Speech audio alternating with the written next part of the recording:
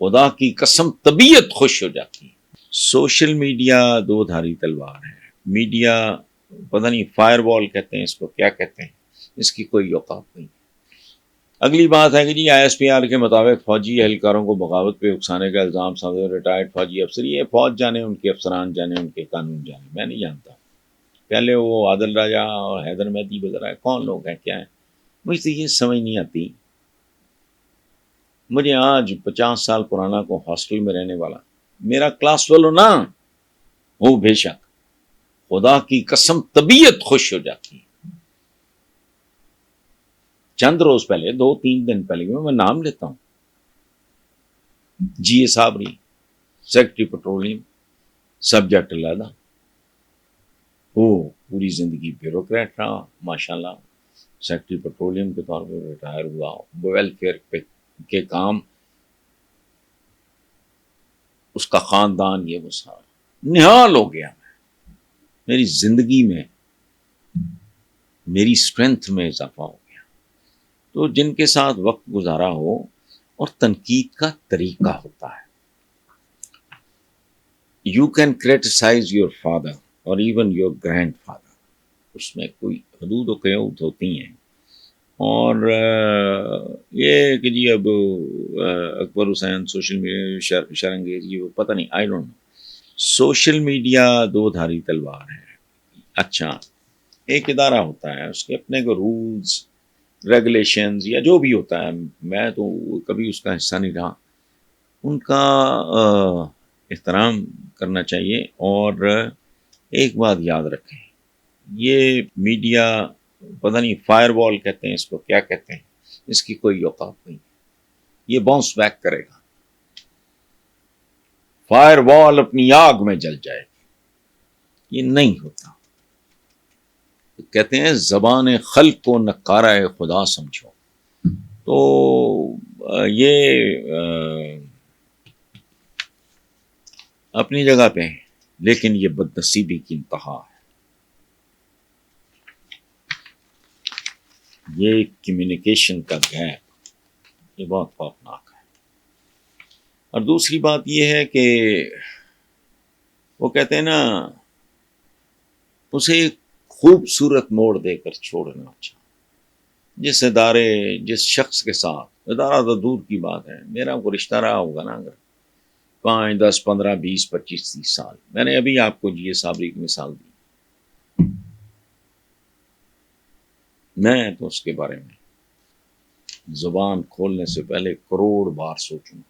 میں تو یقین کریں آپ، میں تڑپ اٹھا تھا، حالانکہ مجھے پلیئرز سے مجھے کوئی دلچسپی نہیں، لیکن جب ثانیہ مرزا کی اور وہ جو کرکٹر ہے لڑکا، کرکٹ سے مجھے شعیب، مجھے تو ان کو بھی دلچسپی نہیں، لیکن میں ہرٹ ہوا۔ کیوں؟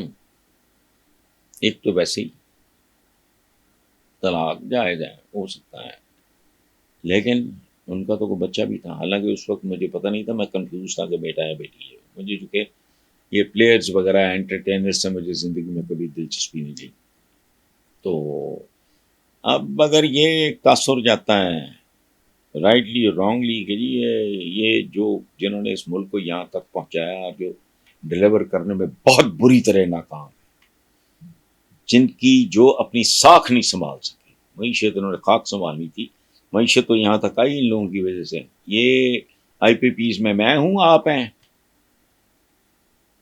یا فوجی ہیں، تو خدا کا خوف کرو۔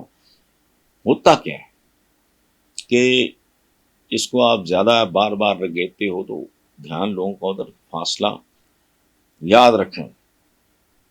پاکستان کے لیے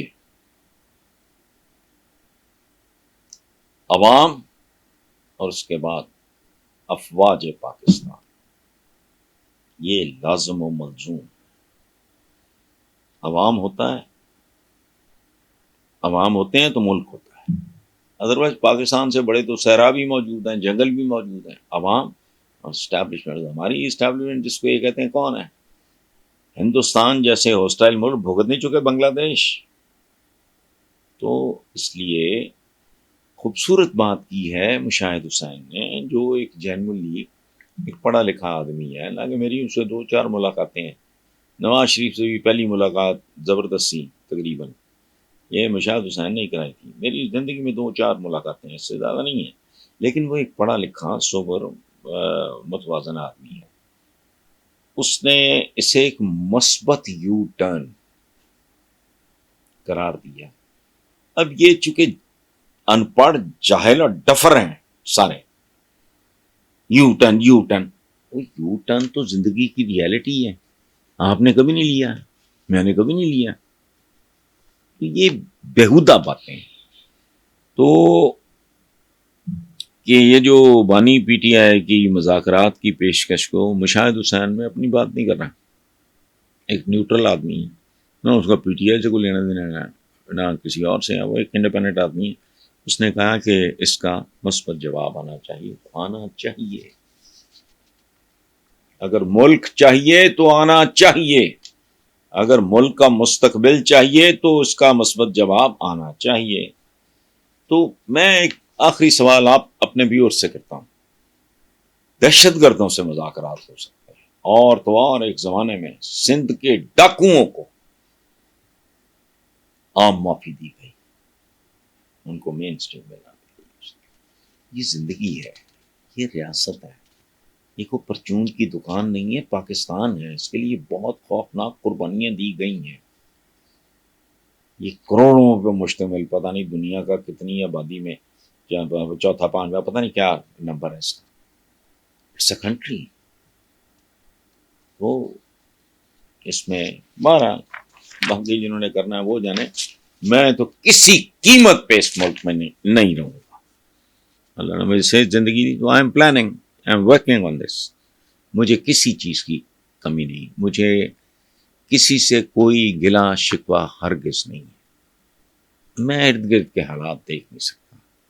خدا کی قسم کبھی 1.5-2 مہینے کے بعد آج میں ہاسپٹل گیا، رستے میں گداگروں کو دیکھ کے میلی کچیلی کانپتی لرزتی عورتوں کو بچوں کو دیکھ کے میں نے یہ اپنے گھر کے پاس سے آگے یہ جو ہمارا نہر کے اوپر جو برج ہے ٹوکر نیاز پہ، ادھر سے تو ادھر ریڈ لائٹ تھی. خدا کی قسم 1-2 ہجڑے تھے، 3-4 بچے، 2-3 کو نارمل لوگ. میں نے ان کو جس طرح کا کھانا کھاتے اور جن حالات میں، جس گندگی میں، وہ جو ایک سڑکوں کے درمیان نہیں ہوتا ڈیوائڈر سا گھاس کے اوپر بیٹھے، اور ان میں سے جو ایک ہجڑا کہہ لو یا جو مرضی کہہ لو، اس نے لپسٹک بھی لگائی ہوئی تھی، عمر اس کی ہوگی 70 سال. ایک غلیظ گندا شاپر، اس میں پتہ نہیں کیا گندگی تھی، سارے اس میں سے کھا رہے تھے، بچے بھی تھے. یہ منظر نہیں دیکھے جاتے.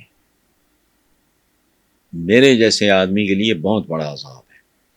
میں تو جوانی میں بھی اس طرح کا تھا کہ فلم میں اگر کوئی اس طرح کا سین آ جاتا نا الٹا سیدھا، جس میں ظلم تشدد فلانا، تو میں کہتا یار چینج کرو. میں آج بھی میرا یہی حال ہے. لیکن بہرحال